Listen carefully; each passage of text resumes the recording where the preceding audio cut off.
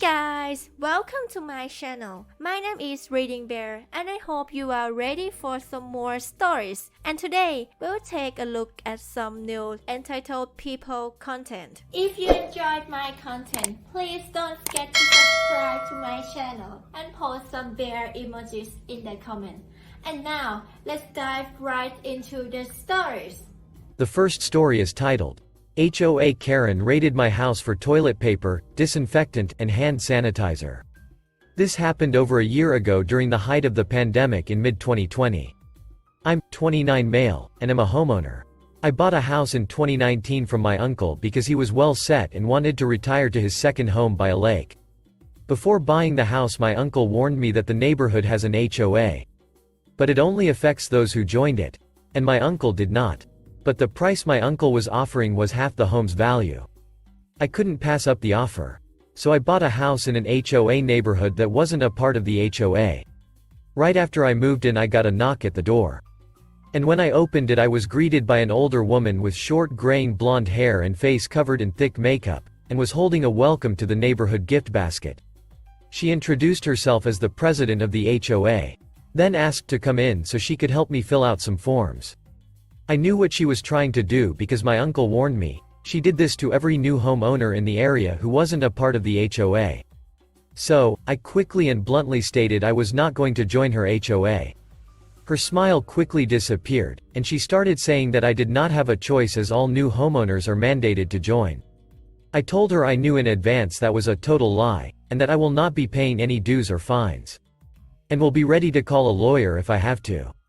She called me a thorn to the neighborhood and said she'd be back. Though we did not speak to each other for some time. I expected her to start sending me fines in the mail.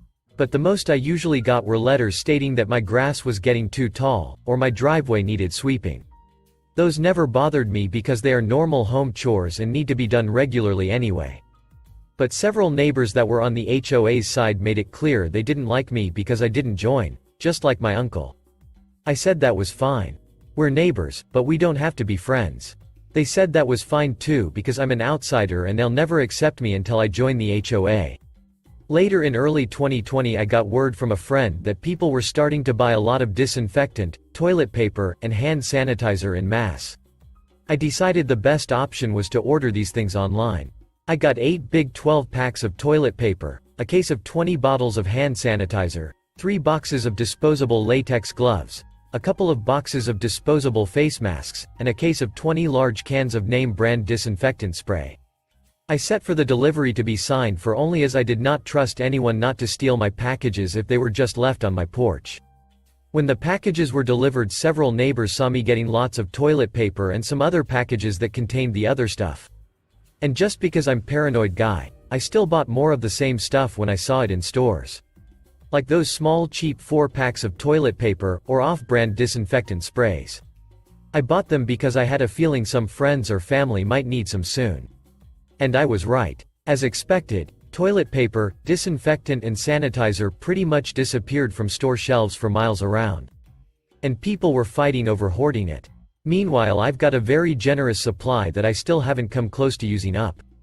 The word of my supply got around fast when people started needing some. A friend of mine ran out of toilet paper and had no hand sanitizer. So, I gave him a couple of the generic 4 packs of TP and a bottle of sanitizer at my door.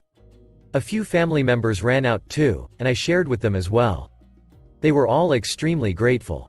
But I ended up with several neighbors knocking on my door and asking to buy my supply or wanting handouts. But I refused and said I only gave some of what I had away to friends and family. And they made it pretty clear to me before that we'd never be friends since I refused to join the HOA. So, if I were to give some to one neighbor, they'd all want my supplies. And then I'd run out really fast. They didn't like this and harassed me several times from the sidewalk. But I just ignored them. Later, the HOA Karen showed up at my door and told me several neighbors had run out of all the items that this post is about. Then said she wasn't asking, but demanding I share my stock with my neighbors to set a good example. I told her to buzz off because that had nothing to do with me. I may be a jerk. But I'm a well-prepared jerk. And I've read her HOA bylaws online. So even if I was a member of her HOA, which I was not, I wouldn't have to give up my stock either way. She left while yelling at me that one day I'd regret not being a good neighbor or being a part of her HOA. The next time I went to work I was notified around noon by the cameras I had at my house that there was a thief breaking into my home. I could see video of them on my smartphone and it looked like a woman in a spandex suit with her face covered by a hockey mask. I called the police immediately and was allowed to clock out at work so I could rush home. Right around the time I got there the cops were walking HOA Karen out in handcuffs to a police cruiser. She'd broken into my home by using a crowbar to force open the back door and was tossing all of my toilet paper and any other supplies she could grab out into my backyard, where her kids were picking it up and bagging it. I pressed charges and HOA Karen got 6 months in jail and probation. HOA Karen's husband called me to apologize for his wife and told me that he had been planning a divorce for a while because this isn't the first time she's been in trouble with the law, and CPS got involved too because she was using her kids to help steal from me. So, he was gonna file for full custody in the divorce. HOA Karen didn't return and someone new was elected HOA president in her place. Her husband didn't move, and I see him from time to time. And there's no hard feelings between us. And yes, he did get full custody of his kids because his wife had a longer history with the law than I thought. We're sort of friends now too as we've occasionally had a beer together and he helped me replace my back door that his ex broke. I'm making this post more than a year later because I just saw HOA Karen again. I was visiting some friends in another city and saw her working at the local supermarket there bagging groceries. As soon as we saw each other she obviously recognized me because she scowled and refused to look at me again the entire time I was there. Karma is a real bitch, isn't it Karen? The next story is titled, How Dare They? Or Impatient Karen Wants Coffee. I live in a small mountain village not far from a city in Australia, where COVID is under control, and we don't often wear masks. During the week it's a lovely, quiet, close-knit community. We're a bit of a tourist hotspot in the region though and weekends brings the crowds to the mountain. Most weekends, many of the locals spend their time working their gardens, keeping busy and away from the crowds. There's one street that has a lot of local infrastructure, council building, post office, library, church, rubbish tip etc. where some tourists venture but you're more likely to find locals. So, this one lazy weekend morning, I'm on my way with my first load of garden refuse to the tip. I swing into the local coffee shop on the aforementioned street to put in a coffee order on the way through and pick it up on the way back. The coffee shop is usually busy but this particular morning, it is pumping. There are several tables of approximately 20 people, all ordering the big breakfast. I ordered 2 coffees, a couple of hot chocolates for my kids, and a treat for my dog. Then I'm out the door and let them know I'll be back after I run to the tip. When I return, I park on the opposite side of the road and run in to get my order. The place is starting to ease up as a couple of the big tables have just finished and left, plates awaiting cleanup. I stood not far from the barista and can see that my 2 coffees are in a takeaway tray awaiting the imminent arrival of the much anticipated hot chocolates. 2 ladies in their mid to late 50s stand not far to my right. I haven't seen them around before and assume they must be tourists. The fact that they were dressed up in what looked like cocktail dresses and heavily made up for a Sunday morning further added to that picture. One of the staff hustles past me on her first round to collect some of the plates when the first lady, Karen, bails her up. I've been waiting forever, where are my coffees? A little taken aback the young staff member regains her composure, gives a shy polite smile and explains that they have been very busy, and that Karen's coffee would be coming soon. Unsatisfied with this Karen points at my coffees and says, "Why can't I take those?" The young staff member patiently explains that these are someone else's coffees and that Karen's will be out soon. She then hurries off to commence her table clearing.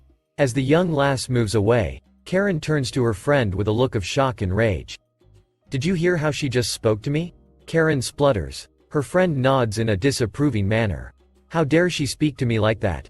So rude. I bet she's the owner, she has no right to speak to me that way. I want my coffee." Karen has caught the attention of the barista now who is furiously trying to avoid eye contact. However, Karen can smell fear and it's too late. Karen charges the coffee counter. She's going in for the kill. "Excuse me, that lady spoke to me terribly.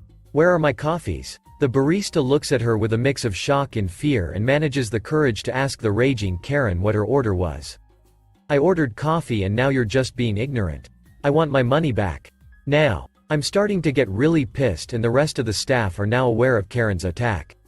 The manager is in the store and pauses on her way out the door. She looks about ready to intervene as the girls behind the counter begin scurrying to figure out what Karen's order is and how much money they need to give her to make it all end. This isn't enough for Karen though. "Oh, for God's sake," she spits. "Just give me those." She jabs a painted fingernail at my coffees. The barista again explains that the coffees she is demanding were ordered by another person. Karen erupts, "Stop being so rude. What kind of place is this? All I want is my morning coffee and you treat me like this? I've been waiting for ages and by this point I have heard enough. I love the staff in our little local coffee shop, and they didn't deserve this kind of treatment." I stepped forward and said, "Excuse me, ma'am." Karen wheeled and brought her laser-sharp glare to bear on my calm and polite visage. "What?" she barked. "Those are actually my coffees and these ladies do not deserve to be spoken to like that," I said calmly. Karen's rage turned up a notch as she began opening and closing her mouth like a startled fish. She threw an accusing finger to point at the staff behind the counter. "You didn't hear how they spoke to me. I don't deserve to be spoken." I calmly interjected, "Actually I did hear how they spoke to you, and they were actually really polite. You're being really rude and honestly pretty entitled." Karen stared at me in horror.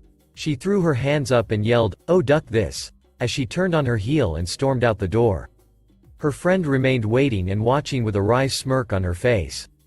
The staff all thanked me, loaded up my hot chocolates in the tray next to my coffees, and I went on my merry way. As I left, the manager thanked me by name and I complimented her staff, explaining again that no one deserved to be spoken to that way. As I walked out the front door, I spied Karen on the island in the middle of the road not 5 meters from my car. She was smoking a cigarette with her nose held high in the air in indignant self-importance. I internally braced myself in preparation for round 2. I wasn't disappointed. As I mounted the curb on the island, she spotted me and turned in my direction. "You need to mind your own fucking business, mate," she snapped. I smiled pleasantly, not wanting to show her that I was at all fazed. "I hope have a wonderful day." "Duck. You," she hissed, jabbing her cigarette in my direction, and that was it. I finally snapped. I turned to look straight at her as I said, "Oh, duck you. You are a horrible human being and I hope you rot." Then I turned on my heel and walked to my car. I'm pretty sure she tried to say something else, but it fell on deaf ears. I hopped in my car and headed to the safety of my home, away from the angry Karen and the sea of tourists. When I got home, I realized that the girls behind the counter had written a big, "Thank you," on a 5th cup jammed into the tray. I popped open the cup and they had given my kids 4 extra marshmallows. I was chuffed. I told my wife the whole story. She was shocked and had a good giggle because I never have angry words with people and am usually super polite. I downed my coffee and headed back into the yard to continue gardening. The next story is titled, "Karen Hits Me with Her Bike and Threatens with Police." It was just a regular day, and I was on my way home. The path I take every day leads along the outer edge of the city park. It is about 1.5 lanes wide, and on one side there are usually cars parked by people who want to go to the park or their allotment gardens. These gardens are between my path and the park, so there is not really much space there. Passing cars only come by when pedestrians wait in the gaps between the parked cars. The path is usually well attended. I've got used to walking directly on the side of the parked cars, and normally everyone makes space for each other, and because of Corona they keep their distance from each other, but not today. Appearance: Karen 1 with Karen 2 on bike tour. They came towards me, and since they could have simply driven one behind the other instead of next to each other, like everyone else too, I didn't move to the side, but continued to go straight ahead. Karen 1 and 2 didn't even think in the slightest about doing anything. They talked to each other and still tried to keep their distance on this narrow path. Karen 1 looked at me and grimaced more and more the closer she got, as if she wanted to push me aside telepathically, but I walked stubbornly on the edge of the cars. I had already avoided a few bikes and cars and had this huge urge to use the bathroom, the one you have when you had a long day at work, which is why I just wanted to go home quickly. And then it happened, what I saw coming all along. Karen's bicycle handlebar brushed my arm pretty hard. She lost her balance and fell. Even before I turned around, I heard her shrill voice rising. "Karen 1. Don't you have eyes in your head? Are you stuck?" Actually, I wanted to offer my help straight away. After all, I'm not an ass, but at the moment it clicked in my head, I interrupted her in the middle of her sentence. "Me. Shut up immediately. First of all, you hit me after you two idiots had to drive side by side on a path that was way too narrow. Second, you really expected me to make room just so the two of you can ride and chat next to each other. And now you really have the audacity to grumble at me about it? But I can give you a reason to grumble over if you want. Slight threat but not serious at any time. I'm super peaceful. I just can't deal with that much arrogance. Luckily, Karen 2 stood almost quietly on the sidelines the entire time and helped Karen 1 to her feet during my talk. The two were speechless and it became more and more uncomfortable for them as more and more people stopped and watched. Karen 1 then stammered, You pushed me, you're a psycho. I'll call the police and sue you. Karen 2. I saw that too, I'm a witness. Me. You couldn't have seen that, Karen 1. Was between us and actually duck it. Do what you want. I don't have time for such nonsense, I have to shit. And with that I went on. A few people had seen what had actually happened and shook their heads with a smile towards me. Well folks, the story is not really exciting and doesn't go very far. But here I am sitting on the toilet with a bruised elbow and writing this. Have a wonderful day everyone.